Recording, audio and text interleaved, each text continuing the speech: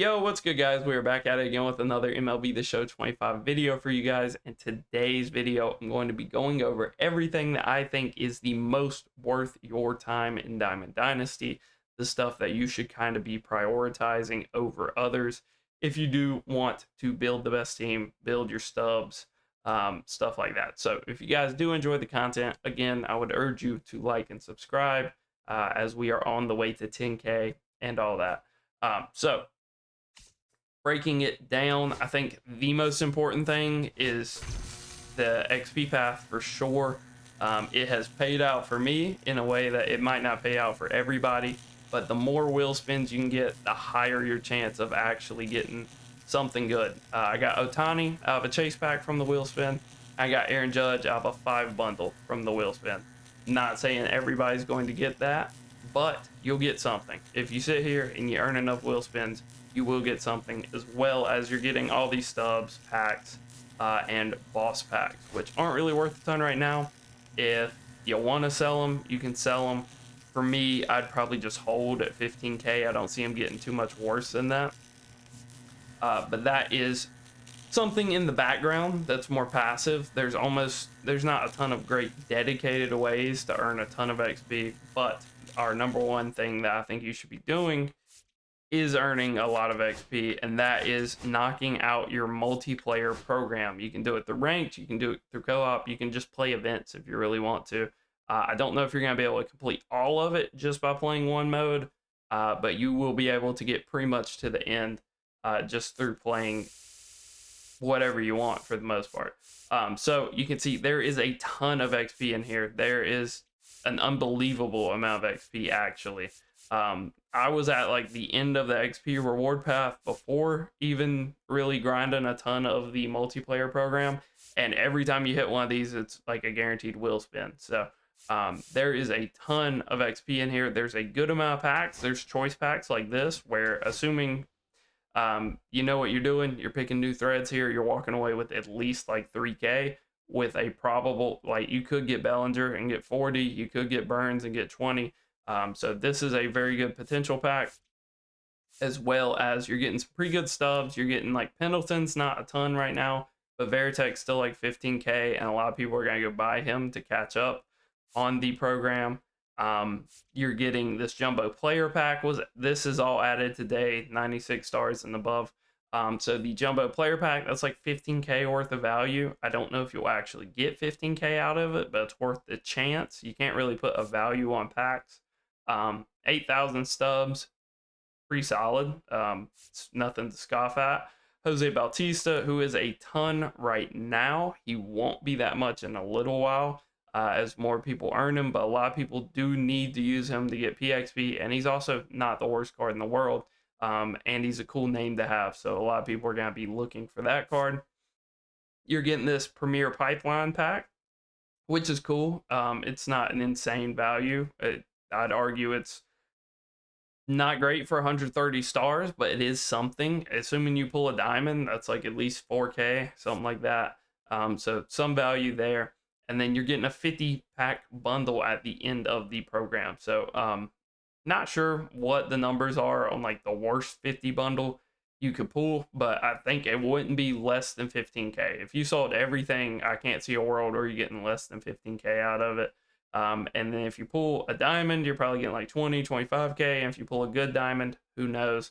So a free 50 bundle is absolute fire for going ahead and finishing out the multiplayer program. You can do it in pretty much every mode other than events. I think if you plan on only playing events, you're going to run into a snag where you can't use a lot of these legends unless they have changed the current event. Batters less than 40 speed, pitchers. Okay, so it's April Fool's events. So you can use some of the legends, but not like Pendleton and stuff. I don't know if you can use any of them. I don't know if any of them have less than 40 speed. So events, probably not the best way to knock it out, but co-op should be good. You could easily probably do it in BR. You just would have to get lucky enough to get like Veritek and Pendleton and Mark Davis, and actually probably handicap yourself by drafting them. But you can knock out the entire multiplayer program. I think that is the number one thing you should be doing. Next to that, the most rewarding, best thing I can think of doing is combining like team affinity and some of these assorted programs with like mini seasons or um, conquest is what I would think. I personally am not the biggest fan of Diamond Quest. I think it's really good to have in the background as like the last thing, as like a repeatable grind that you can do. But I think mini seasons is equally rewarding, if not even more. Just depends on who you pull. Like I said, you can't put a value on packs. Eventually, you're getting something. And then conquest, like I said, can't put a value on packs. Eventually, you're going to hit something. There's also those like deluxe packs, 5 bundles, balling is the habits, headliners, stuff like that that I think would be worth doing. In general, when you're grinding programs, my advice would be pretty much never play versus CPU. If you have a conquest map you can be working towards, go do that. If not, mini seasons is actually pretty solid. I think everybody should run through both of them at least once because that's 30,000 XP, which is a good chunk of XP. And then like this one's worth running through multiple times or worth running over the CC one because you're getting these repeatable goals for deluxe packs where, again, if you get new threads, that's a good chunk of change right there, as well as you have all of these repeatable missions. So this one is probably better to repeat. There is some reason to do the CC one twice because it's like win 28 games on any difficulty.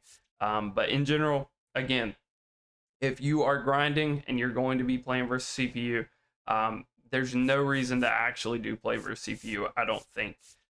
Maybe like a select situation where you just go in with a batter who's batting leadoff for you and you need like 1 home run with them or something. But other than stat specific missions, there's really no reason to go play versus CPU ever. So I think that is a pretty worthwhile way. If you want me to expand on that a little bit, Team Affinity, super great way to not only get some pretty good cards, like Babe Ruth is probably still usable. A lot of the pitchers are still usable. But you're getting a good amount of packs. Like 3 isn't a ton. A Ballin' is a Habit isn't a ton.